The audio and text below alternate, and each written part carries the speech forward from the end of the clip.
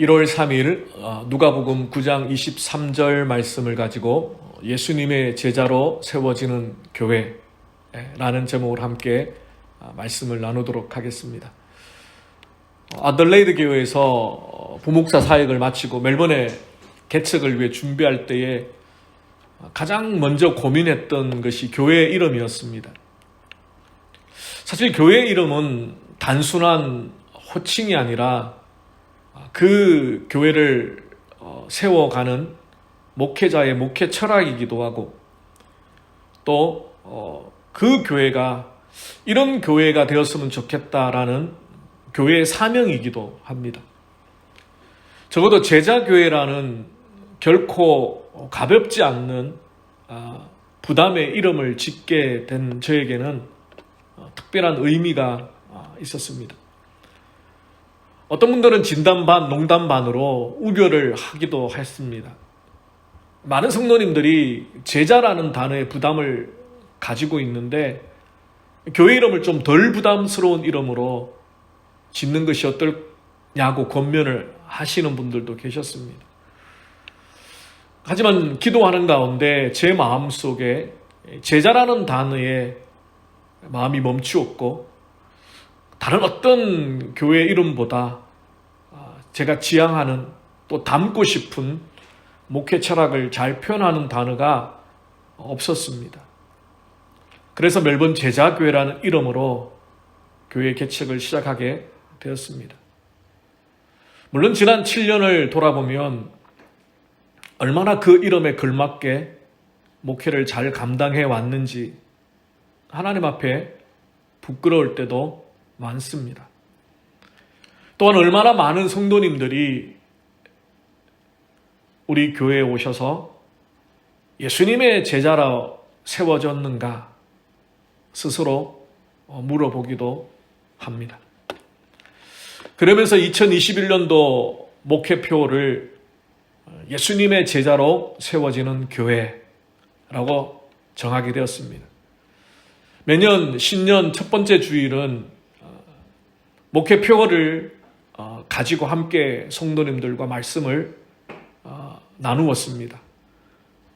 올해 2021년도 목회표는 예수님의 제자로 세워지는 교회이기 때문에 오늘 이 말씀으로 2021년 새해를 시작하려고 합니다. 함께 묵상하겠습니다.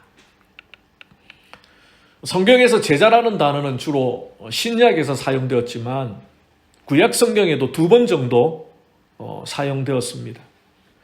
예를 들면 역대상 25장 8절에 보면 이 무리에 큰 자나 작은 자나 스승이나 제자를 막론하고 다 같이 제비를 뽑아 직임을 얻었다라는 표현이 나옵니다. 여기서 제자라는 히브리어는 탈미드라는 단어인데 이 단어의 어원이 리무드라는 단어입니다. 근데 리무드라는 단어가 뾰족한 막대기로 찌르다라는 의미입니다. 고대 근동에서는 배우는 학생들에게 자극을 주기 위해서 막대를 사용했는데 이것에서부터 유래하여 제자라는 단어가 만들어지게 되었다는 겁니다. 두 번째 구절은 이사야 8장 16절 말씀입니다. 너는 증거의 말씀을 삼으며 율법을 내 제자들 가운데서 봉함이라. 여기서 제자들로 번역된 히브리어가 바로 위에서 언급되었던 리무드라는 단어입니다. 사실 이 단어가 다른 본문에서는 익숙하다, 학식이 있다, 아주 숙련되다 이런 단어로 번역이 되었습니다. 이렇게 볼 때 제자도의 개념 자체가 신약 성경에서 처음 등장한 것은 아니라고 할 수 있습니다. 수세기 동안 유대인들은 신실한 사람들을 훈련하고 양육하여 왔는데 구약 성경 시대에서는 하나님의 율법을 이해하고 해석하는 것, 그리고 그것을 늘 묵상하고 그 묵상한 대로 살아가려고 하는 것이 믿음의 삶의 전부라고 생각을 했기 때문에 이 토라의 말씀, 모세오경의 율법의 말씀을 가르치고 배우는데 이스라엘 백성들이 열심을 내었습니다. 어쩌면 하나님께서 이스라엘 백성들을 가나안에 보내시면서 구별된 백성, 구별된 하나님의 자녀로 살아가도록 율법의 말씀을 주셨던 것 자체가 제자 훈련의 출발이라고 할 수 있습니다.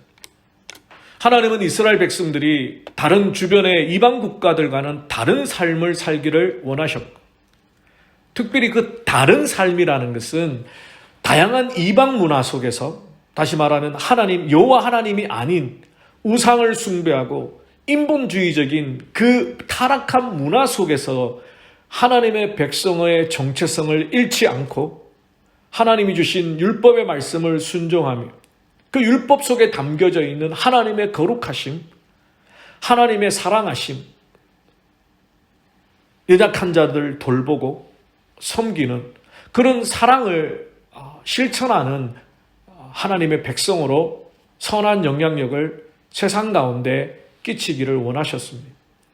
어쩌면 이것은 더 거슬러 올라가면 창세기에서 하나님이 하나님의 형상과 모양대로 사람을 지으신 창조의 목적과도 연결이 된다고 할 수 있습니다.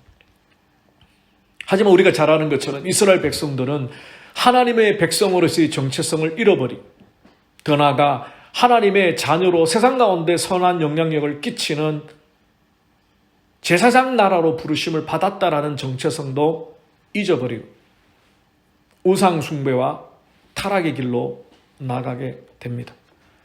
그리고 하나님의 아들이신 예수님 이 땅 가운데 직접 오셔서 제일 먼저 하셨던 것들이 제자들을 부르시고 그 제자들을 통하여 장차 이 땅 가운데 교회를 세우시고 그 교회에 믿음의 사람들이 훈련받고 세상 가운데 전파됨으로 하나님의 선한 영향력을 끼치며 하나님의 나라를 이루어가는 정말 건물이 아닌 조직이 아닌 제자로서 성도들로서 세워져 가는 교회를 이루기를 원하셨다는 겁니다. 신약 성경에서는 오직 사복음서와 사도행전에만 제자라는 단어를 사용합니다. 그 단어가 헬라어 마데테스라는 단어인데 총 269번이 사용되었다고 합니다. 물론 여기에는 세례 요한의 제자라고 표현할 때 제자라는 단어 사용되었고요. 모세의 제자로서 바리새인을 가리킬 때도 제자라는 단어가 몇 번은 사용되었습니다. 그러나 대부분 제자라는 용어는 바로 예수님께서 부르셨던 12사도, 그 12사도를 통하여 물론 이제 가룟 유다를 제외하고 matthea가 들어갔지만 그 12사도에게 훈련을 받은 또 다른 제자들, 그들의 제자들 70문도, 120문도 이렇게 점점 초대교회 성도들을 향하여 제자라는 단어가 사용되었기 때문에 예수님께서 세우셨던 12사도만 제자가 아니라 초대교회 모든 그리스도인들에게 제자라는 호칭이 사용되었다는 것을 우리는 기억할 필요가 있습니다.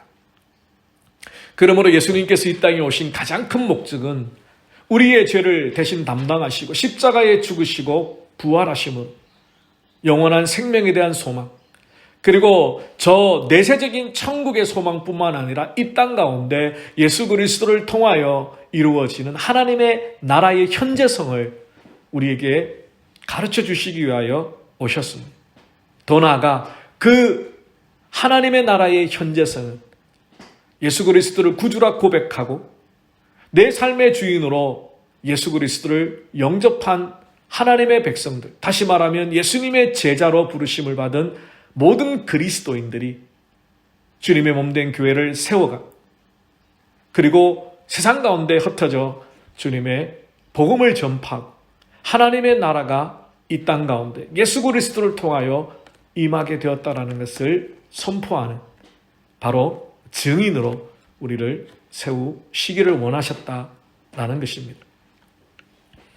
사실 예수님 당시에 수많은 랍비들과 선생들이 있었습니다.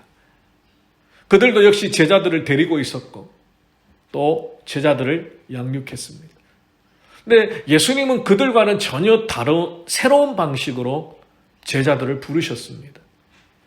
올란드 코스타드라는 박사님께서 몇 가지 이유 때문에 예수님의 제자 훈련이 전통적인 유대인들의 개념을 뒤집고 있다라고 설명을 합니다. 첫 번째는 당시 랍비의 제자들은 자신이 선생을 선택하는 방식이었다고 합니다. 다시 말하면 학생들이 유명하고 훌륭한 가르침을 하는 선생을 찾아가서 제자가 되었다는 겁니다. 하지만 예수님은 반대로 직접 제자들을 찾아가셔서 한 명씩 제자를 부르셨습니다. 다시 말해 배움의 관계를 시작한 것은 학생이 아니라 예수님이셨다는 겁니다. 이것은 우리에게도 마찬가지입니다. 우리가 선택한 것이 아니라 예수님께서 우리를 제자로 부르셨다는 것. 이것은 성경 전체가 강조하고 있는 하나님의 절대 주권이기도 합니다. 하나님은 우리를 구원하시기로 작정하시고 예정하셨습니다.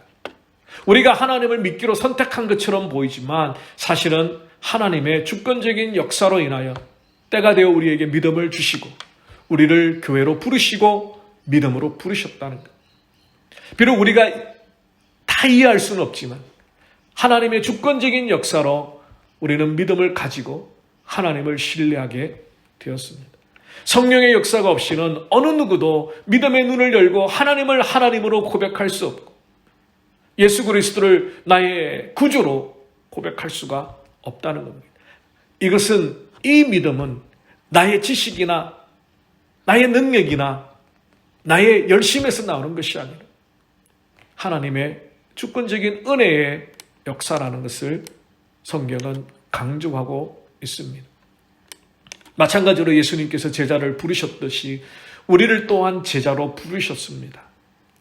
예수님의 제자들처럼 세상적으로는 특별할 것이 없습니다.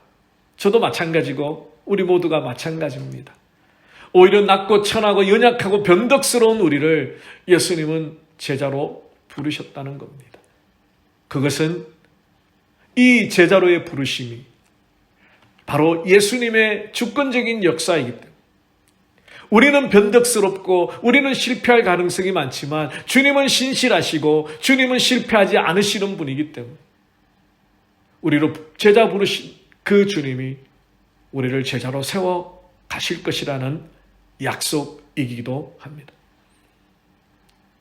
두 번째는 당시 랍비들은 토라의 가르침을 따르도록 가르쳤지만 예수님은 자신을 따르도록 가르쳤다는 겁니다. 마태복음에도 예수님은 반복하여 이런 말씀을 하시죠. 모세는 이렇게 이야기했지만 나는 이렇게 말하노라. 모세 율법을 넘어서는 생명의 말씀으로 새로운 삶을 가르치셨던 것입니다.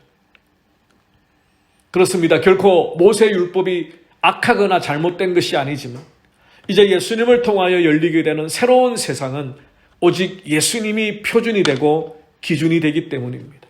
예수님의 말씀이 기준이 되고 예수님의 삶이 표준이 되고 다른 어떤 것도 우리의 삶의 지침이 될 수 없기 때문입니다. 그래서 예수님은 그렇게 말씀하셨죠. 나를 따르라. 나를 본받아라. 나와 같이 되기를 원하노라. 누가복음 14장 27절에 이렇게 주님이 말씀하셨습니다. 누구든지 자기 십자가를 지고 나를 따르지 않는 자도 능히 내 제자가 되지 못하리라. 예수님께서는 친히 자신의 십자가를 지시고 골고다의 길을 걸어가셨습니다.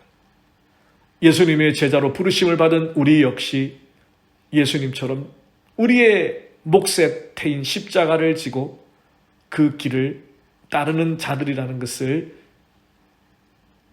꼭 기억해야 합니다.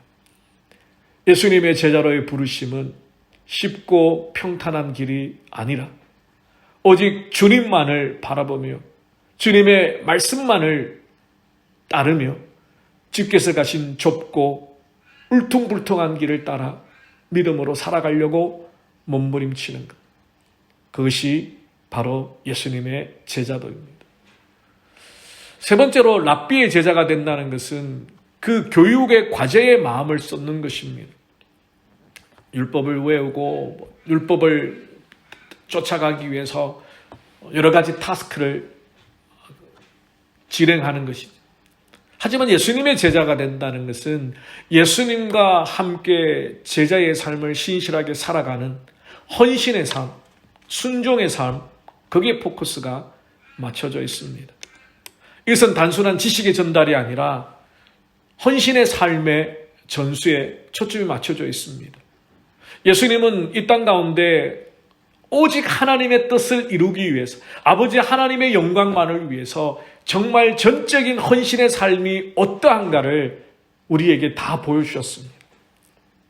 겟세마네 동산에서 할 수만 있다면 이 십자가의 잔을 내게서 피하게 해 주십시오 라고 기도하다가도 끝내 아버지의 뜻대로 되기를 원합니다라고 기도하셨던 예수님.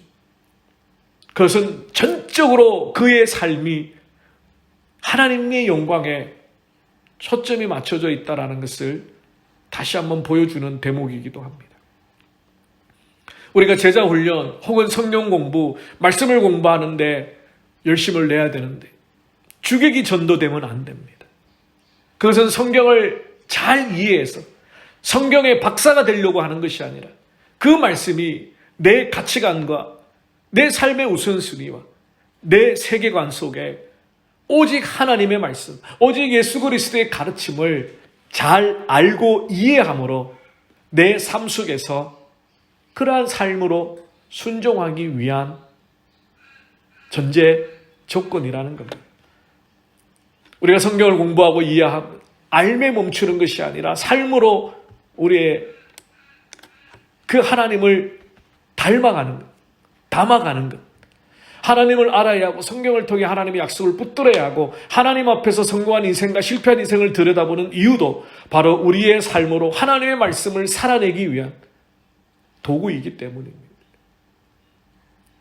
그 말씀이 없이는 하나님의 뜻을 분별할 수 없고 그 말씀이 없이는 우리의 삶을 비춰볼 수 있는 거울이 없기 때문에 그래서 예수님의 제자가 된다는 것은 우리의 삶이 신실하게 주님의 삶을 뒤따라가는 것을 말합니다. 네 번째로 랍비들의 가르침이 특별한 형식을 갖추고 있는 제도권적인 교육 프로그램에 가까웠다면 예수님의 제자 훈련은 그러한 형식을 깨뜨리는 공동체적인 교육 프로그램이었다고 할 수 있습니다.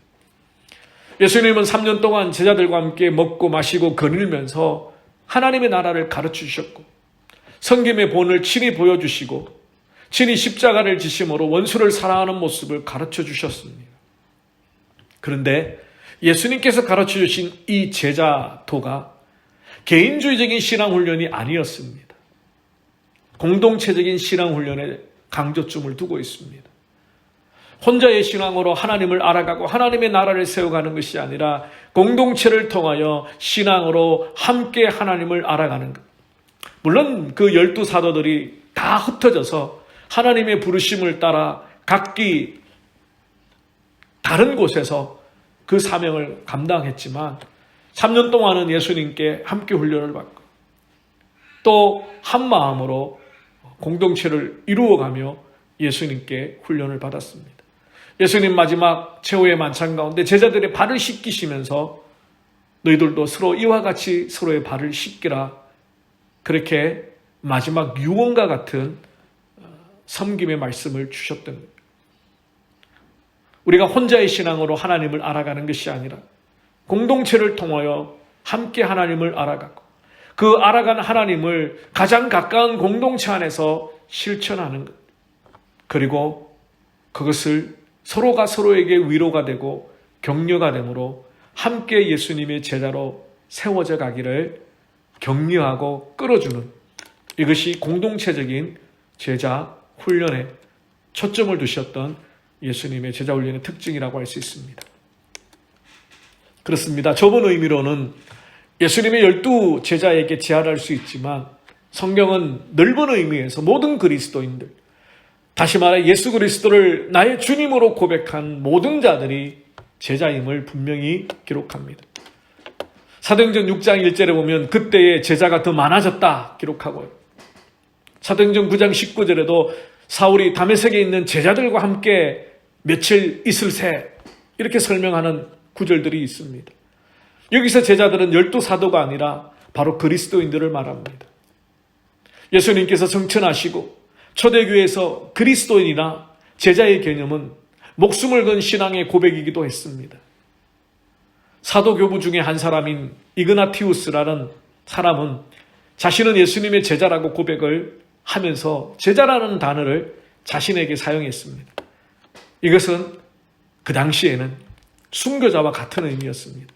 실제로 이 이그나티우스는 끝까지 예수 그리스도를 고백함으로 순교하게 되고 그가 참된 제자였음을 죽음을 통하여 증명하게 되었습니다.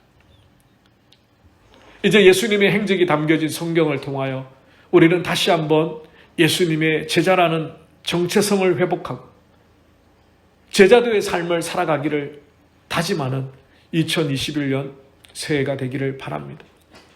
어떤 사람들은 예수님을 따르는 일을 단순히 교회 활동에 참여하거나 성경 공부에 열심을 내거나 교회 봉사를 열심히 하는 것으로 제한하기도 합니다. 하지만 예수님께서 제자들을 부르시는 모습을 볼 때에 예수님께서 요구하시는 제자의 삶은 바로 그 어떤 상황 가운데서도 예수 그리스도를 온전히 신뢰함으로 그 예수님의 사랑과 또 십자가의 희생을 내 삶 작은 부분에서부터 실천하려고 하는 몸부림이 바로 제자도라는 것을 알 수 있습니다.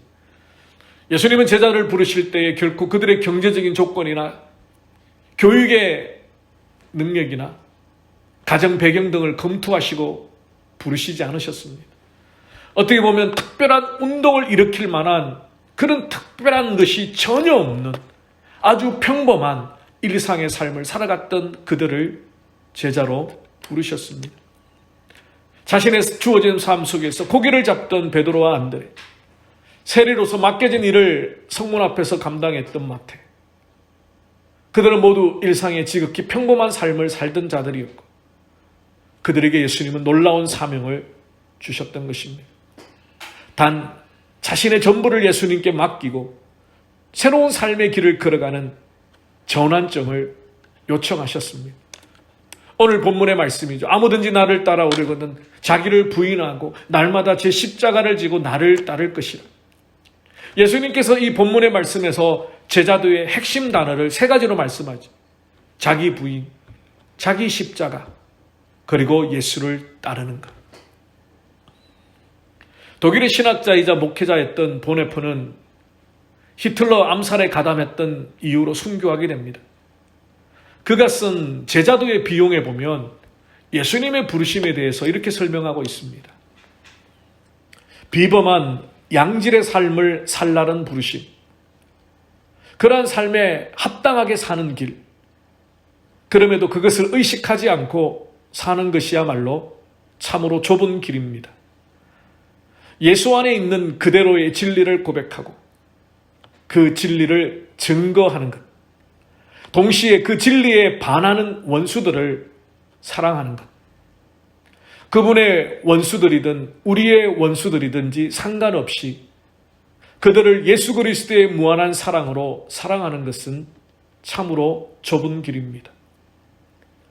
예수를 따르는 자들은 이 땅을 소유하게 될 것이라는 예수의 약속을 믿으면서도 동시에 아무런 무장도 없이 방어하지 않은 채로 우리의 원수를 직면하고 잘못을 하는 대신에 차라리 불의를 당하기를 선택하는 것이야말로 참으로 좁은 길입니다.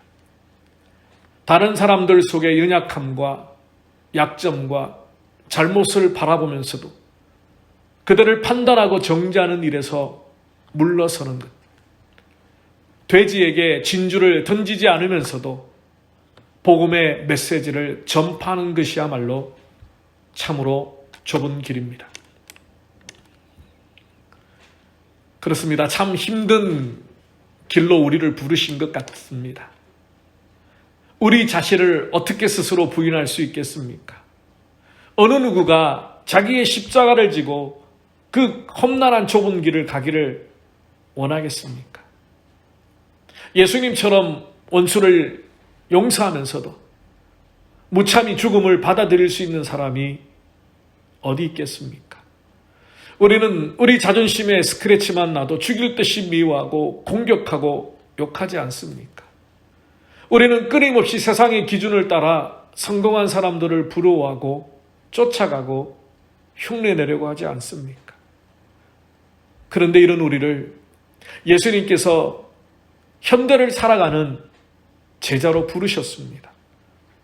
무엇보다도 멜번 제자교회라는 이 묵직한 이름 앞에서 기꺼이 예수님의 제자가 되기 위해서 이곳에 오시지 않으셨습니까?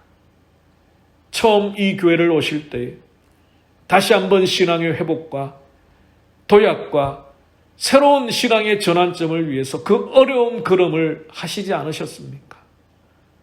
우리 다시 한번 신앙의 본질로 돌아갑시다. 우리 다시 한번 용기 내어 몸부림쳐 봅시다. 우리의 기준이 그저 교회의 빈 마음으로 왔다 갔다 하는 교인이 아니라 나는 이미 구원받은 하나님의 백성이라 외치며 세상에 곁눈질하는 성도가 아니라 누가 물으면 종교란에 크리스찬이라고 체크하는 자칭 무늬만 그리스도인이 아니라 예수님께서 찾아오시고 부르시고 세워주신, 그래서 이 시대에 정말 복이 드문, 정말 이 시대에 꼭 필요한 예수님 때문에 미쳐있는, 예수님이 걸어가신 십자가의 그 길을 나도 기꺼이 어떤 유혹이 있어도 어떤 비바람이 몰아쳐도 주님의 제자라는 그 정체성을 잃어버리지 않고 우리 주님 먼저 가신 그 십자가의 좁은 길 좁은 문으로 끝까지 쫓아가는 주님의 제자가 되기를 소망해 보시지 않겠습니까? 끊임없이 주인 되려고 하는 나를 부인하고 쉽고 안락한 길이 성공의 길인 양 착각하며 예수님께서 맡겨주신 십자가를 외면하려는 우리의 강팍함을 깨어부수고 오직 앞서가신 예수님만 따라가기를 다짐하시는 저와 여러분이 되시지 않겠습니까? 말씀을 정리하겠습니다. 사랑하는 성도 여러분, 여전히 우리는 끝나지 않은 코로나19와의 싸움 속에 있습니다. 조금이라도 긴장의 끈을 놓을 수 없는 이 상황 속에서 우리는 새해 첫 예배부터 온라인으로 드리게 되었습니다. 지난 9개월 동안 어쩌면 우리는 더욱 깊은 골방으로 들어가 하나님과의 깊은 교제를 나눌 기회를 가졌고, 우리는 여전히 지쳐있고 두려워하는 현실 앞에 주저하고 있습니다. 여전히 경제적인 어려움 가운데 있는 성도님들도 있고 불투명한 미래를 바라보며 외로움과 싸우고 계시는 분들도 있을 것입니다. 다시 한번 우리를 제자로 부르시고 세워주신 우리 주님의 그 부르심 앞에 다시 한번 우리의 제자됨의 정체성을 회복하는, 그래서 한 사람 한 사람이 주님의 제자로 세워져서 정말 멜번 제자교회가 이름만 제자교회가 아니라 우리 모두 한 사람 한 사람이 주님이 기뻐하시는 제자들로 세워지는, 그래서 정말 주님 보시기에 멜번 제자교회가 되는 2021년이 되시기를 주님의 이름으로 축원합니다. 함께 기도하겠습니다. 살아계신 주님 감사합니다. 2021년도 새해를 허락하여 주시고 오늘도 이렇게 온라인으로 예배를 하며 함께 모이지 못하였지만 마음으로 예배를 드리며 주님 앞에 소원합니다. 2021년도 한 해 우리의 목회의 표가, 우리의 신앙의 핵심 가치가 예수님의 제자됨의 정체성을 회복하고 주님을 더욱더 알 뿐만 아니라 그 알미 우리의 삶 가운데 실천되어지고 우리를 부인하고 우리 몫에 태워져 있는 주님의 십자가를 지고 끝까지 주님의 뒤를 쫓아가려고 몸부림치는 그런 복된 2021년이 되게 하여 주시옵소서. 특별히 우리 가운데 지치고 상하고 아파하고 연약하여져 있는 주의 백성들을 기억하여 주시고 긍휼을 베풀어 주시되 주님이 친히 위로하여 주시고 사람이 위로할 수 없는 하늘의 문을 여시고 하늘의 은혜로 주님 보듬어 주시옵소서. 특별히 이제 브리스번으로 이주하게 되는 우리 황영덕, 황희진 집사님 가정, 주슬리 한수리 가정을 기억하여 주시고, 주님 부르실 때에 또 그곳에서 새롭게 신앙의 여정을 출발할 수 있도록 모든 것들을 예비하여 주시고, 선하고 아름다운 교회와 믿음의 성도들을 예비하여 주셔서 그 믿음이 온전히 잘 자라 어느 날 우리가 서로 만날 때 부끄러움이 없도록 주께서 은혜를 다하여 주시옵소서. 감사하고 우리 주 예수 그리스도 이름으로 기도 올리옵나이다. 아멘.